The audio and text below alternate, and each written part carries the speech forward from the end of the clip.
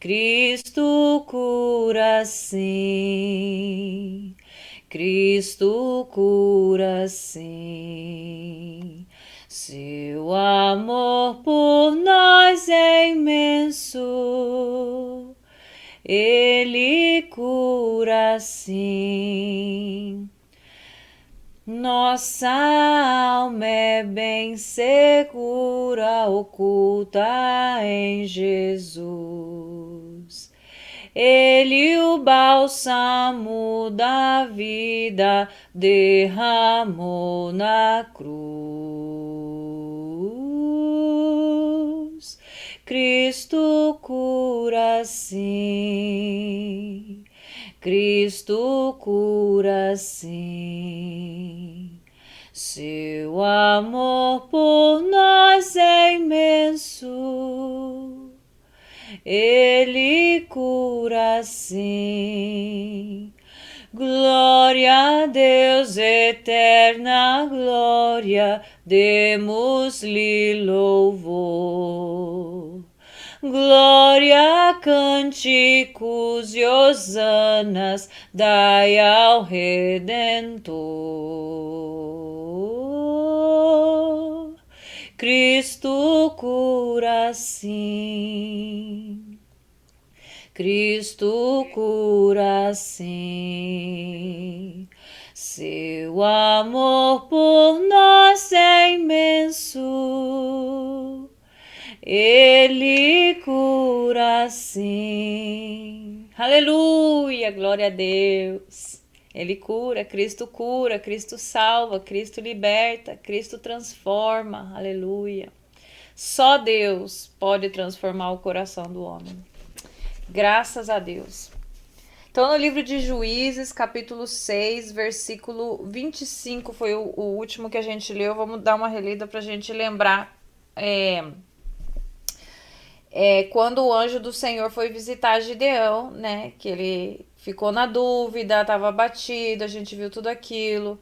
Aí ele foi, mesmo meio incrédulo, fez aquela oferta para o Senhor dos pães, do carneiro, né?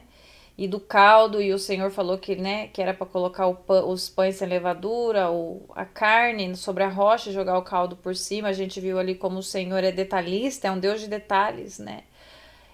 E como Deus está nos detalhes da nossa vida, né? Porque Deus está sentado no trono, é o Deus Altíssimo, né? Que fez os céus e a terra, mas Ele, melhor do que ninguém, conhece o seu dia a dia, as suas limitações, as suas dificuldades, as suas necessidades, os seus sonhos, né? Deus está nos detalhes, Deus está em tudo. Amém?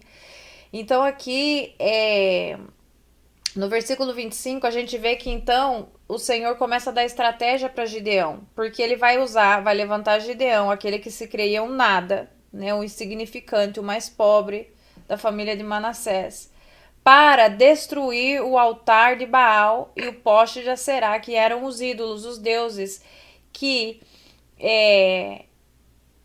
os israelitas ali junto com o povo de Midian e todo aquele, né, eram os deuses daquela região, os deuses que eram adorados naquela região. Uma das razões pelas quais o Senhor deixou os israelitas à sua própria sorte, porque eles sabiam muito bem que isso era abominável na presença de Deus, que Deus não comparte glória com ninguém, que Deus abomina a idolatria, né?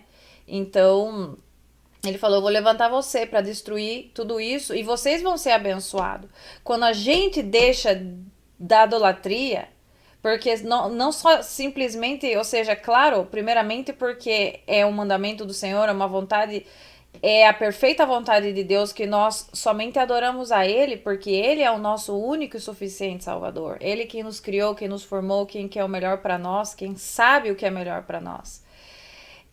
Mas nós, quando deixamos a idolatria de lado, quando entendemos que isso desagrada a Deus, nós somos beneficiados. Porque você vê ali, os israelitas sofriam, já estavam empobrecidos. Por quê? Porque Deus é quem guarda Israel. Israel, hoje, simbolicamente falando, o povo de Deus. Quando a gente dá as costas para Deus, quando a gente começa a fazer o que desagrada ao Senhor, ignora a presença do Senhor e as coisas que Ele nos manda fazer, nós somos prejudicados. né? Nós somos empobrecidos fisicamente, espiritualmente, emocionalmente, materialmente, em todas as áreas. Porque o Senhor, quando enviou o seu Filho amado Jesus, que ele falou, quero que vocês tenham vida e vida em abundância. E quando se fala em abundância, se fala de gozo, de alegria, não somente de dinheiro, como muitas igrejas pregam hoje em dia, de que prosperidade é financeira. Sim, Deus quer que você seja próspero, que você seja abençoado, que não lhe falte nada, mas essa não é a verdadeira prosperidade. A verdadeira prosperidade é relacionamento com Deus. Amém? Então, ali no versículo 25 fala: naquela mesma noite o Senhor lhe disse: separe o segundo novilho do rebanho de seu pai, aquele de 7 anos de idade. Você vê, o Senhor é específico em tudo que ele vai, em todos os detalhes, quando ele dá direção para alguém, ele é específico. Deus não é um Deus de confusão, não é um Deus que te deixa, ai, será, será. Não, Deus, quando fala ao seu coração, você vai saber que é Deus, porque Deus é um Deus de detalhes. Amém? A gente já viu ali nos versículos anteriores como ele falou, como ele queria a ordem, de como ele da oferta que ele apresentou para o Senhor. Não era de qualquer jeito. A gente está acostumado a fazer as coisas de qualquer jeito para Deus, porque a gente pensa assim, ele é Deus, ele sabe que eu sou pó. Sim, mas a palavra ensina a gente como Deus quer que a gente faça as coisas, e nós não temos desculpa. Amém? Porque antes da palavra ser escrita, houve o tempo da dispensação da consciência, em que o homem era julgado pela consciência. Mas já hoje nós não temos desculpa, porque nós conhecemos a palavra, nós temos acesso à palavra de Deus e ela nos ensina como é que Deus quer que a gente faça as coisas. Então aqui no 25 ele fala, separe, naquela mesma noite, disse, separe o segundo novilho do rebanho do seu pai, né, do pai de Gideão, aquele de 7 anos de idade. Então ele queria um novilho de 7 anos de idade. Despedace o altar de Baal, ou seja, destrua completamente o altar de Baal, que era aquele ídolo, que pertence ao seu pai. Você vê, o pai de Gideão fez um altar para Baal. Muitas pessoas hoje, conhecendo que há um Deus lá no céu, estão adorando. São Expedito, Santa Bárbara, não sei o que, todas aqui o Senhor repreenda no nome de Jesus, porque são demônios. Amém? Enganados por Satanás. Amém? Porque se soubessem a verdade, não fariam isso. Isso é abominável para Deus. Então, o pai de Gideão, um israelita, o povo escolhido do Senhor ali, tinha um altar para Baal. E o Senhor falou, vai lá, Gideão, e destrói esse altar. Amém? Despedace o altar de Baal, que pertence a seu pai, e corte o poste sagrado de Aserá, que está ao lado do altar. Amém? Essa era uma outra deusa aí naquela época, um ídolo, né, que o povo adorava, que não era deusa coisa nenhuma, porque a gente sabe que os demônios se aproveitam dessas estátuas para fazer com que as pessoas vivam escravizadas, né, e fazer esse tipo de coisa. Amém? No 26 fala assim, depois faça, aí o Senhor falou, depois você destruir isso aí, você vai pegar, Deus depois faça um altar para o Senhor com letra maiúscula, está referindo a Deus mesmo, o seu Deus. Você vê como que Deus é específico, ele falou assim, vai lá e destrói o altar de Baal do seu pai, e depois vai e faça um altar para o Senhor, o seu Deus. Deus sabe aonde está o seu coração. Deus sabe aonde, mesmo que seja pai e filho, quem pertence a quem. Aqui o pai de Gideão tinha um altar para Baal. E Deus falou, vai lá e destrui esse altar do seu pai. Não falou que era dele, falou que era do pai dele. Deus sabe distinguir e dar nome aos boi. E falou, agora você vai lá e vai construir um altar para o seu Senhor, o Deus. Amém? No topo desta elevação, né, daquele lugar. Ofereça o segundo novilho em holocausto com a madeira do poste sagrado que você irá cortar. Ou seja, ali o Senhor mandou matar aquele novilho, né, o segundo novilho do rebanho do pai dele, de 7 anos, para oferecer em sacrifício ao Deus verdadeiro, ao Deus todo-poderoso, Criador dos céus e da terra. A gente sabe que naquela época se oferecia animais, né? Novilhos, carneiros, macho cabril e todas essas coisas. Porque ainda Jesus não tinha vindo, né? O sacrifício perfeito não tinha acontecido. Então, né, para oferecer para pagar pelos pecados, né, era isso aí. Glória a Deus. Aí no 27 fala assim: assim Gideão chamou 10 dos seus servos e fez como o Senhor lhe ordenara. Quer dizer, aqui a gente vê, né? Olha, você vê, ele era o mais pobre, da tribo mais, né, pequenininha ali naquela região, com menos recursos, mas ainda assim tinha 10 servos, né? Porque fala assim Gideão chamou 10 dos seus servos e fez como o Senhor lhe ordenara. Ele foi lá e obedeceu. Obediência é o segredo para andar com Deus. Gente desobediente, o Senhor faz uma comparação, chama de cabrito. Tem as ovelhas e tem os cabritos. Ai daqueles cabritos desobedientes. Amém? Então, mas, aí continua no 27, assim Gideão chamou 10 dos seus servos e fez como o Senhor lhe ordenara. Mas, com medo da sua família e dos homens da cidade, fez tudo de noite e não durante o dia. Ai, mas eu não vou tirar aquelas imagens dali porque é minha mãe, porque é meu pai, porque é minha família. Né? Olha que o Senhor te pegou na curva, né? Mas com medo da sua família e dos homens da cidade, fez tudo de noite, não durante o dia. Sabe quem me lembra isso? O Nicodemos. Aquele fariseu, aquele mestre da lei, que ensinava a palavra de Deus no templo, que era o mestre da lei, foi falar com Jesus de noite, na calada da noite, quando ninguém estava vendo. Porque todo mundo estava vendo o que o Senhor Jesus estava fazendo. Mas os fariseus não queriam dar o braço a torcer. Muitos deles odiavam Jesus. Porque o que Jesus pregava ia contra o estilo de vida deles. Muitas pessoas vão ter medo do que os outros vão falar. Vão ter medo de mudança. Vão ter medo de que as pessoas os abandonem, os critiquem. Vão ter medo de perder status, posição, né? Mas essa curiosidade vai fazer com que eu vou servir a Deus, mas caladinho. Vou buscar de Deus, mas ninguém precisa saber. Agora se lembre que o Senhor falou: aquele que me confessar em público, eu o confessarei diante do meu Pai naquele dia. Mas aquele que não, eu não o reconhecerei diante do meu Pai naquele dia. Por isso que existe a confissão em público, quando o pastor faz o chamado, quando alguém está evangelizando e fala: quem quer receber a Jesus? Esse negócio de, lá no teu banco quietinho, se quiser você recebe. Não, não é assim. Porque nós, como filhos do Senhor, não podemos nos envergonhar do nosso Jesus Cristo, que naquela cruz padeceu pelos nossos pecados. Nós temos que nos envergonhar dos nossos pecados e exaltar e glorificar o nome do Senhor Jesus, porque Ele é digno de toda a honra e toda a glória. Mas aquele que se envergonha do seu Senhor, que vá se converter, porque esse ainda não encontrou Jesus Cristo. Porque Ele é o Rei da glória. Ele é o Deus que fez os céus e a terra. Ele é um merecedor de toda a honra, de toda a exaltação e toda a glória. Você não vê? Não é para a minha glória, mas em tudo eu glorifico ao Senhor, porque eu verdadeiramente encontrei, Deus me encontrou pela sua infinita misericórdia. Então, todas as coisas que acontecem na minha vida, seja glorioso aos olhos dos homens, seja situações difíceis, em tudo eu dou glória ao Senhor, porque eu sei ao Deus que eu sirvo. Eu sei que Ele é real e Ele é maravilhoso. Como é que eu, uma simples mortal, miserável pecadora, vou me envergonhar daquele que me libertou da condenação eterna e do fogo do inferno?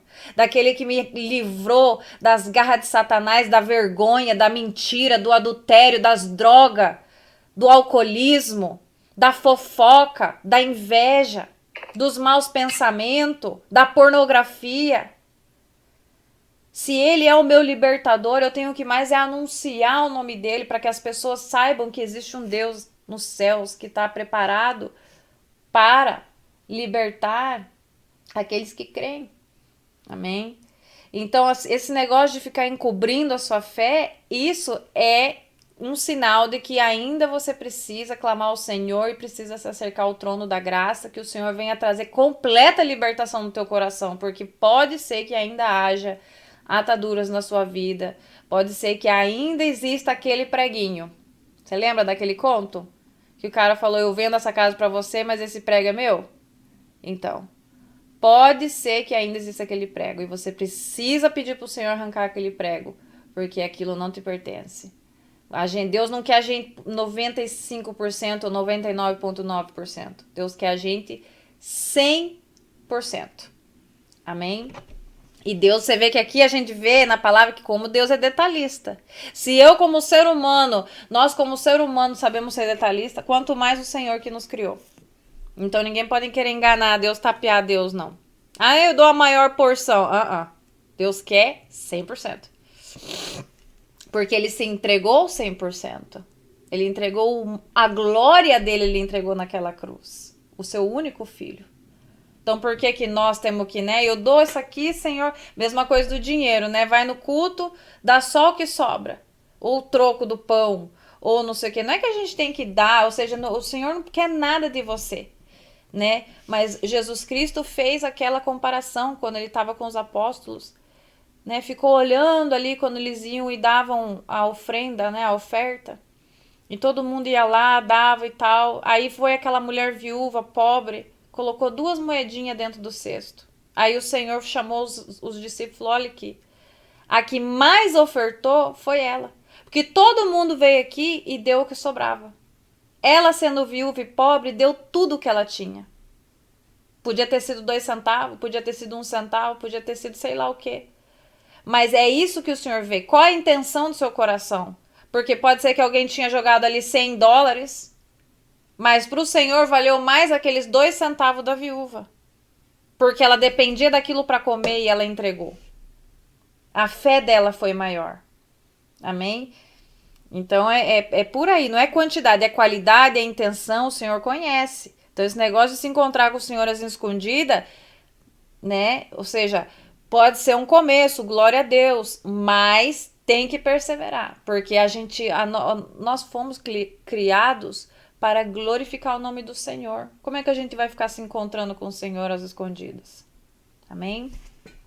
Então, no 28 diz, de manhã, quando os homens da cidade se levantaram, lá estava demolido o altar de Baal, com o poste sagrado ao seu lado, cortado e com o segundo novilho sacrificado no altar recém-construído. Aí a casa caiu, né? Todo mundo viu. Quem será que destruiu o altar de Baal? No 29, perguntaram uns aos outros, quem fez isso? Depois de investigar, concluíram, foi Gideão, filho de Joás. Agora, antes da gente continuar indo para frente, porque a Bíblia, ela mesma se revela, né? Quando a gente lê uma passagem, um versículo não entende muito bem, é só continuar lendo que a Bíblia mesmo vai explicar o que significa aquilo. Mas o que será, antes de seguir adiante aqui, o que será que fez com que as pessoas chegassem a essa conclusão de que era Gideão? Ele devia de ter uma conduta diferente das demais, verdade? Alguma coisa devia apontar para que as pessoas chegassem a essa conclusão. É ou não é? Podia ser, isso aqui é especulação, não está na palavra. Né? Mas as pessoas olham para você, todo mundo serve a Baal, mas você não. Todo mundo oferece sacrifício para Baal, mas você não. Todo mundo fala mal de todo mundo, fuxica, mas você não. Todo mundo ali faz negócio, como se fala, escondido, mas você é uma pessoa honesta. Todo mundo acha que ter 2 relacionamentos ao mesmo tempo é ok, porque nós estamos agora, o mundo é moderno, né? Já não existe essa coisa, mas você não. Todo mundo acha que, né, por exemplo, essa questão aí, que é bem, que todo mundo fala, não, que, né, esse negócio de gay e tal, homossexualismo, isso é de nascença e tal, mas você não. Então, assim, por aí vai, né?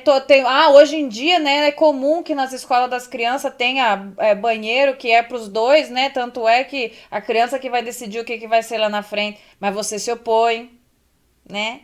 Então, esse tipo de coisa vai te destacando da multidão.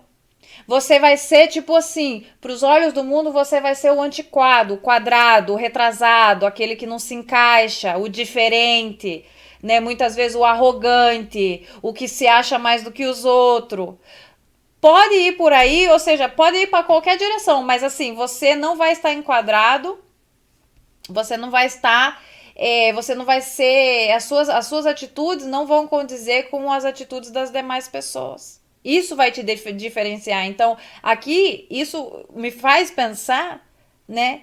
Porque aqui simplesmente eles viram o altar de Baal destruído, perguntaram uns aos outros quem fez isso, depois de investigar, concluíram: foi Gideão, filho de Joás. Ou seja, houve uma investigação, né? Mas dessa investigação, o que é investigar? Começar a especular.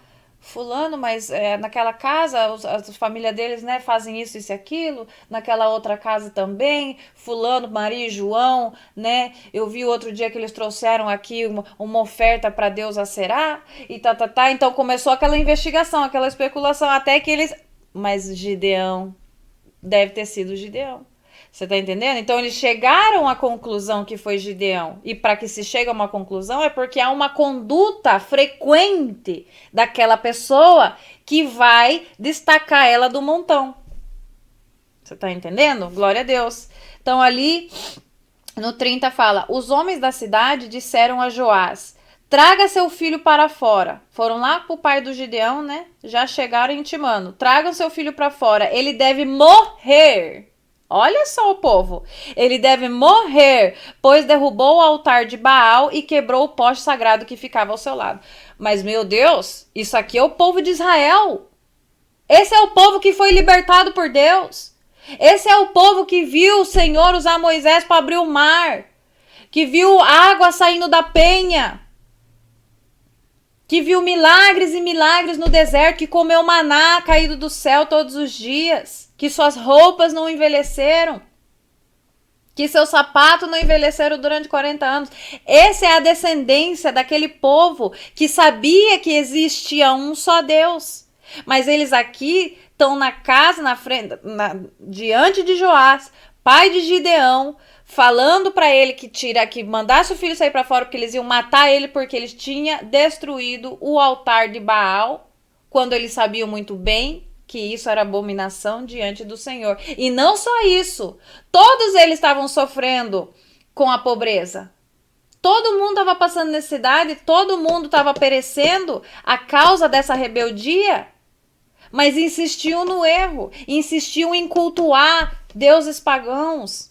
Assim como muita gente hoje está morrendo na pobreza, o filho está doente, o mundo está acabando em enchente, em terremoto, e tem gente na macumbaria, tem gente no santerismo, tem gente no espiritismo, tem gente em magia branca, preta, rosa, tudo quanto é cor aí, falando que é coisa do bem, sabendo que isso desagrada ao Senhor.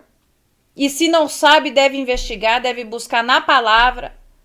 Amém? Porque a palavra é acessível a todos aqui no nosso lado desse mundo, graças a Deus, porque lá no Meio Oriente ainda o povo é perseguido, não pode ler a Bíblia, não tem liberdade de religião, aqui nós temos. Então, assim, as pessoas não têm desculpa. Amém? O evangelho está sendo pregado por todas as partes, por todos os confins, porque nós estamos nos últimos dias e não vai haver desculpa. Naquele dia vai haver um acerto de conta e as pessoas não vão poder chegar e falar para o Senhor: ah, mas eu não sabia, eu nunca ouvi falar. Isso não vai existir.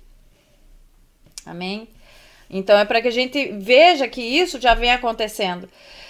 Aí no 31 fala assim: Joás, porém, respondeu à multidão hostil que o cercava. Hostil é aquele povo já, com pau e pedra na mão. Vamos pra cima. Vocês vão defender a causa de Baal? Tipo assim, peraí. Vocês vão defender a causa de Baal? Estão tentando salvá-lo? Quem lutar por ele será morto pela manhã. Se Baal fosse realmente um deus, poderia defender-se quando derrubaram o seu altar. E o que o Senhor fala desses altares? Dessas estátuas que são imundas, que o Senhor abomina, que é o pecado nojento diante do Senhor. As pessoas compram essas estátuas, fazem estátuas de madeira, de gesso, de ferro, de barro, se prostram diante delas, mas essas estátuas não têm vida, não ouve, não fala, não respira. Amém? E aqui é o que Gideão fala, e isso que ele tinha. O pai de Gideão, Joás, tinha um altar para Baal. Mas nesse momento, glória a Deus, veio a luz sobre a sua vida. E na defesa do seu filho, falou: se realmente Baal fosse Deus, será que ele não tinha se defendido quando, né, foram derrubar o altar dele? Por isso, naquele dia, chamaram Gideão de Jerubaal, dizendo que Baal dispute com ele, pois derrubou o seu altar. Jerubaal, esse nome ocorre posteriormente como Jerubecete, colocando um termo degradante, coisa vergonhosa, no lugar do nome de Baal, da mesma forma que na mudança dos nomes Esbaal e Meribaal para Isbosete e Mefibosete, que Baal dispute com ele, que Baal se defenda contra Gideão. Ok. Glória a Deus. Então, ou seja, basicamente, né, deixaram aquele pleito, né, aquele problema, bom, que Baal então se veja com Gideão, né? Que Baal, supostamente, né, que era o Deus que eles idolatravam, né, que Baal se veja com o Gideão, que destruiu esse altar. Aí no 33 fala assim: nesse meio tempo, todos os medianitas, amalequitas e outros povos que vinham do leste uniram os seus exércitos, atravessaram o Jordão e acamparam no vale de Jezreel. Agora, o que você acha que esse povo veio fazer? Veio para cima, né? Eles eram os que vinham e roubavam, né, tudo que os israelitas plantavam, eles que tinham esses deuses, né? Foi por causa do costume deles que os israelitas caíram, né? É o que acontece com a gente muitas vezes, por causa do costume de gente que nos rodeia, que não gostam de Deus, que não querem saber de Deus, que se zombam, se burlam do Senhor. Nós, na convivência com eles, muitas vezes acabamos praticando o que eles praticam. E isso nos prejudica muito. Amém? Por isso que o Senhor fala: se aparte, se separe, não sente na roda de escarnecedores, seja sábio, né? Nem que isso muitas vezes esteja no meio da família, do jeito que a gente ama. Por quê? Porque Deus é quem vai tratar com eles, mas você fique apartado. Amém? Glória ao Senhor. Então aí subiu todo esse povo agora. Vamos ver no 34, disse: então o Espírito do Senhor, Espírito com letra maiúscula, veja lá que estamos falando do Espírito Santo, apoderou-se de Gideão, oh meu Deus, e ele, com toque de trombeta, convocou os abiesritas para segui-lo. Ou seja, todos aqueles que eram filhos de Gideão, né, que eram descendentes do seu pai. Ele tocou a trombeta, porque esse era o costume dos israelitas. Quando tocava a trombeta, era sinal de que vamos nos unir, vamos nos preparar, porque vem guerra. Até hoje é assim. Até nos dias de hoje, quando eles querem convocar o povo de Israel, né? Por isso que no livro de Apocalipse, né, que é o livro de Revelação, quando a igreja do Senhor subir, vai tocar trombeta. É uma maneira de reunir o povo de Deus. Então nós temos que estar preparados para o toque da trombeta, porque o Senhor vai chamar a gente. Mas nem todo mundo vai escutar, sabe por quê? Nem todo mundo é povo de Deus. Então, que Deus nos ajude, no nome de Jesus Cristo de Nazaré, que quando o Senhor vier buscar a sua igreja e aquela trombeta soar, nossos ouvidos estejam prestes a escutar. Que a gente escuta essa trombeta no nome de Jesus Cristo, porque se a gente escutar essa trombeta, nós vamos subir com o Senhor. Amém? Então aí ele o Espírito Santo, né, tomou posse ali do Gideão, se apoderou de Gideão e ele tocou a trombeta e convocou todos, né, os abiesritas para segui-lo. Enviou mensageiros a todo o Manassés, ou seja, toda a tribo de Manassés. Lembrando que isso aqui já é centenas de anos para frente, já a tribo de Manassés, que era um dos filhos de Jacó, de José, na verdade, mas Jacó adotou como seu próprio filho, porque como José foi, né, levado ao Egito, vendido como escravo e tal, então ali a herança, antes de Jacó morreu, ele adotou Manassés e Efraim como filho, que eram os dois filhos de José. Ele adotou como seus próprios filhos e deixou herança para eles, como se fossem filhos diretos de Jacó. Amém? Tanto é que a gente não vê tribo de José. A gente não escuta a tribo de José, a gente escuta a tribo de Manassés e a tribo de Efraim, que foram os dois filhos de José. Amém? Então ali ele enviou mensageiros a todo Manassés, chamando as armas e também a Aser, a Zebulon e a Neftali, todos filhos de Jacó, todas as tribos aqui, mas isso aqui já eram povos grandíssimos, isso aqui era muito, já eles, né, você imagina, depois de 400 anos de escravidão no Egito, e aqui nós já estamos em Juízes, ou seja, muita coisa aconteceu, esse povo é imenso, né, são gente, assim, cidades completas, cada povo desse. Chamou a tribo de Manassés, de Aser, de Zebulon e a Naftali, que também subiram ao seu encontro, então veio todo mundo ao encontro ali quando Gideão tocou a trombeta.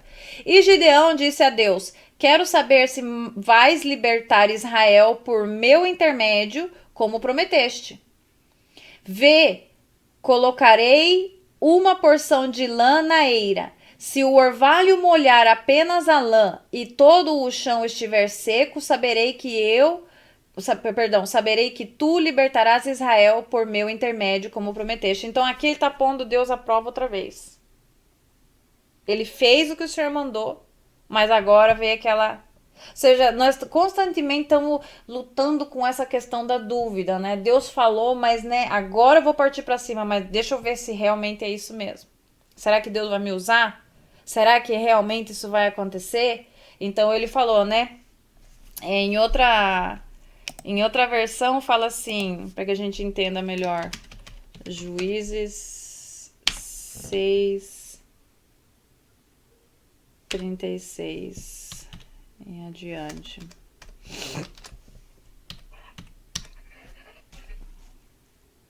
Ah, não, essa não.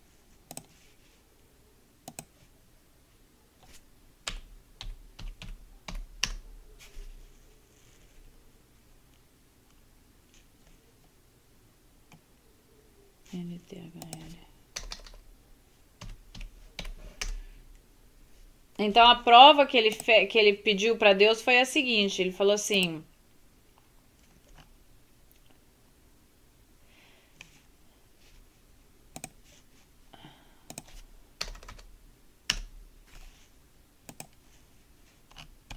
ele falou assim pro Senhor: ok. Então Gideão disse: ó Deus, tu disseste que queres me usar para libertar o povo de Israel. Pois bem, vou pôr um pouco de lã no lugar onde malhamos o trigo. Tá? Ele vai pôr um pouco de lã aonde malham o trigo. Se de manhã o orvalho tiver molhado somente a lã e o chão em volta dela estiver seco, então poderei ficar certo de que tu realmente me usarás para libertar Israel. Então ele, né, teve essa ideia, falou: ok, vou colocar lã onde a gente malha o trigo. Quando o orvalho de noite vem, molha toda a terra, né? Mas ele falou assim pro Senhor, que se de manhã ele visse que só a lã tivesse molhada, mas a terra não, que era um sinal que ele realmente tinha sido chamado por Deus para libertar o povo. Aí no 38, vamos ver o que aconteceu. O que ele disse aconteceu. Na manhã seguinte, Gideão se levantou, espremeu a lã e dela saiu água que deu para encher uma tigela. Então ele pediu a Deus: não fique zangado comigo. Olha o ser humano aqui. Não fique zangado comigo, mas deixa que eu fale só mais uma vez. Deixa, por favor, que eu faça mais uma prova com a lã. Que desta vez a lã fique seca e que haja orvalho somente no chão em volta dela. Então agora ele fez ao contrário. Senhor, eu acredito, mas né, só para ter certeza mesmo, né? Certeza absoluta, né? É a nossa costume, né? Para confirmar mesmo. Agora vamos fazer o contrário, que a lã fique seca, que o chão fique molhado do orvalho. Que é impossível, porque se molha uma coisa tem que molhar outra, se não fosse essa a vontade do Senhor. E Deus fez isso naquela noite. A lã ficou seca e o chão em volta ficou coberto de orvalho. É que Deus Deus, e não, o mais bonito, o mais interessante de tudo é que Deus dá atenção a essas coisas, né? Ou seja, ele se leva, né? Vai na nossa corrente nesse sentido, assim, né? Tipo, atendeu o pedido dele, porque sabe que nós somos, né, seres limitados, que a gente não crê e não crê. É tremendo, né? O tal do ser humano. Aí que acontece, já pra não estender muito. De madrugada, Jurubaal, que é Gideão, né? Isto é Gideão, e todo o seu exército acampou junto à fonte de Herode. O acampamento de Midian estava ao norte deles, no vale, perto do monte Moré. E o Senhor disse a Gideão: Você tem gente demais para eu entregar Midian nas suas mãos, a fim de que Israel não se orgulhe contra mim, dizendo que a sua própria força o libertou. Anuncie, pois, ao povo que todo aquele que estiver tremendo de medo poderá ir embora do monte Gileade. Então aqui já, beleza, Gideão, né, recebeu a confirmação do Senhor, já tinha convocado todas aquelas, né, os irmãos dele, as tribos, se acamparam ali. O povo, o Midian, que eram seus inimigos, estavam ali ao norte deles, e eles já estavam prontos para a batalha, porque, ok, Deus está comigo, ele vai me usar, né, nós vamos vencer, glória a Deus. Só que aí Deus freou ele e falou assim, tem muita gente com você. Porque vão falar que ganharam por causa das suas próprias forças. Porque havia muita gente aí. E o Senhor não comparte glória com ninguém. Olha para você ver como é que é. Aí continua lá. Aí o Senhor falou assim para ele: Fale para todos aqueles que estão tremendo de medo que voltem. Todo mundo todos os que estão com medo aí, que voltem. E sabe o que aconteceu? 22.000 homens partiram e ficaram apenas 10.000. Todos os 22.000 estavam com medo, né? As pessoas que estavam acovardadas. Quantas pessoas que na hora falam assim, vamos comigo, me ajuda. Não, pode contar comigo, pode contar contigo, não abra, não se preocupe, qualquer coisa você me chama. A hora que você, né, acontece um perigo, vá, some da tua vida, né? Então, isso aí é para que a gente veja, né, que não só isso acontece, né, até hoje, né, que muitas vezes Deus não precisa de quantidade para te dar vitória, né? Deus não precisa de quantidade. Ele e você pode fazer o que uma nação inteira faz. Amém? Se Deus está contigo, você não precisa de de quantidade para vencer. Então ali fala assim.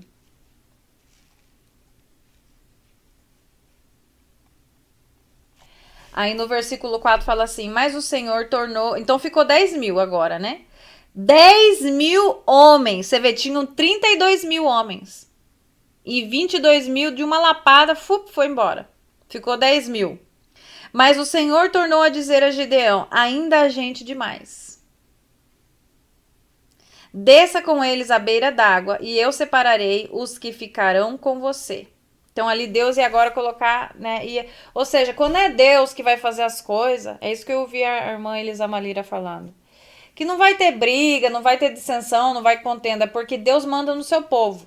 Então Deus ali já sabia, por isso que Deus falou, os que tiver, Deus sabia quem tava com medo ali. Falou, quem tiver com medo, manda embora.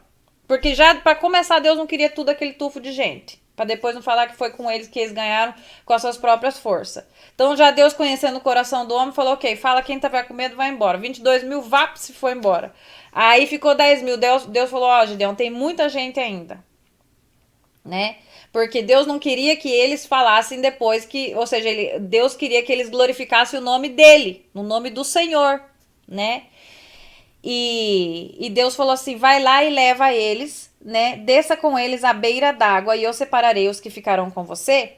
Se eu disser, este irá com você, ele irá. Mas se eu disser, este não irá com você, ele não irá. Então tem certas pessoas que Deus vai, pela sua própria vontade, tirar do seu convívio. Porque essa pessoa ele não quer que vá com você. Ele manda e desmanda no seu povo. Você entendeu? Cada quem tem um propósito. Deus sabe o que é melhor. Aí no 5 fala, assim Gideão levou os homens à beira d'água, e o Senhor lhe disse, separe os que beberem a água lambendo-a como faz o cachorro, daqueles que se ajoelharem para beber. O número dos que lamberem a água, levando-a com as mãos à boca, foi de 300 homens. Todos os demais se ajoelharam para beber. Então, ó, pra você ver como é que o Senhor separou. Ali não houve briga, não houve conflito, ninguém falou, eu vou, eu não vou, eu fico, não teve nada disso. O Senhor falou, leva eles para beber água. Aqueles que se ajoelhar para beber, bora para casa. Aqueles que tomar água, lamber com as mãos, esses são os que vão, e eram os 300. E o que nos dá a entender isso? Por que será que o Senhor falou isso, né? O que tem a ver essa questão? Vamos reler ali no 5. Aí Gideão fez com que os homens descessem até as águas, e o Senhor Deus lhe disse, todos os homens que lamberem a água com a língua, como fazem os cachorros, devem ser separados dos que se ajoelharem para beber. Então, quando você, né, o povo, esses homens, né, esses soldados ali acampados, esperando a ordem do Senhor, com sede, né, foram beber água. Teve uns que chegaram, né, se ajoelharam, começaram a beber ajoelhado, outros que começaram, né, cada um da sua maneira, do jeito que, né, porque eles não estavam sabendo que eles estavam sendo provados. Estavam com sede. Aí o que aconteceu? 300 homens juntaram água nas mãos e lamberam, fizeram assim, né? Pode ser que com uma mão ou com duas mãos, né? Todos os outros se ajoelharam para beber. Aí o Senhor disse a Gideão, com estes 300 homens que lamberam a água, eu libertarei vocês e lhes darei a vitória sobre os midianitas. Diga aos outros que voltem para casa. Todos os que se ajoelharam que voltem para casa. Ficou só 300, porque os 300 que... Dos 10 mil, a maioria ajoelhou. 9.700 homens ajoelharam. 9.700 homens ajoelharam para beber água. E o que quer dizer quando você ajoelha? Você abaixa a guarda. Sim ou não? Você abaixa a guarda. Se o inimigo vem, você tá ajoelhado bebendo água, você vai ter tempo de se defender? Não. É ou não é? Então, aqueles que pegaram a água na mão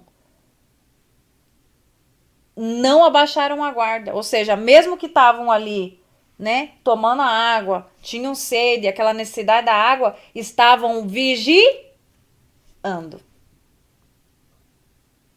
É isso que o Senhor quer que a gente faça, que a gente, Ele conhece as nossas cidades, Ele vai dar prover o que a gente precisa, ali Ele sabia que os homens tinham sede e também Ele tinha um propósito, né, de levar esses homens até as águas, para dividir realmente, deixar menos pessoas, mas Deus quer que a gente esteja vigiando, que a gente não abaixe a guarda, porque às vezes, nossa, né, os inimigos estão longe, tá tudo bem, nós agora vamos, né, agora é tempo de beber água, de refrescar, de descansar.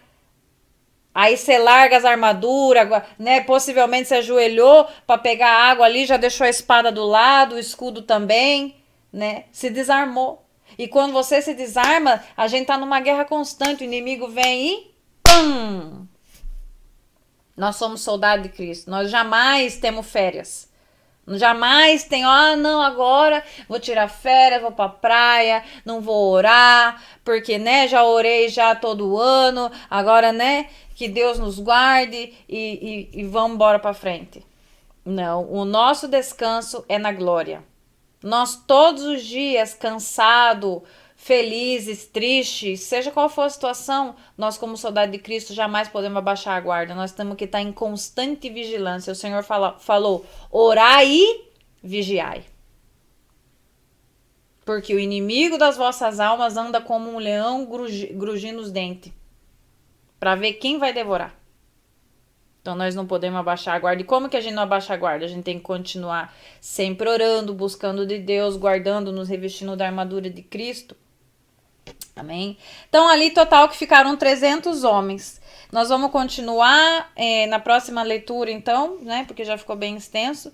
Pra gente ver como é que o Senhor vai ganhar todos aqueles povos com só 300 homens. Dos 32 mil. Né? A gente vai ver como é que Deus obra na vida daquele que se considerava o menor, né? Então, glória a Deus, vamos agradecer o Senhor por essa palavra. Senhor, nós te agradecemos no nome de Jesus por essas palavras, Senhor, por por essa palavra que nos inspira, Senhor, fortaleza, Senhor, confiança que nos dá, Senhor, segurança de que Tu, Senhor, está em tudo, nos detalhes, que o Senhor sabe tudo, tem o domínio e o controle de tudo, Pai. Graças a Deus, nós te louvamos e te agradecemos no nome de Jesus. Amém.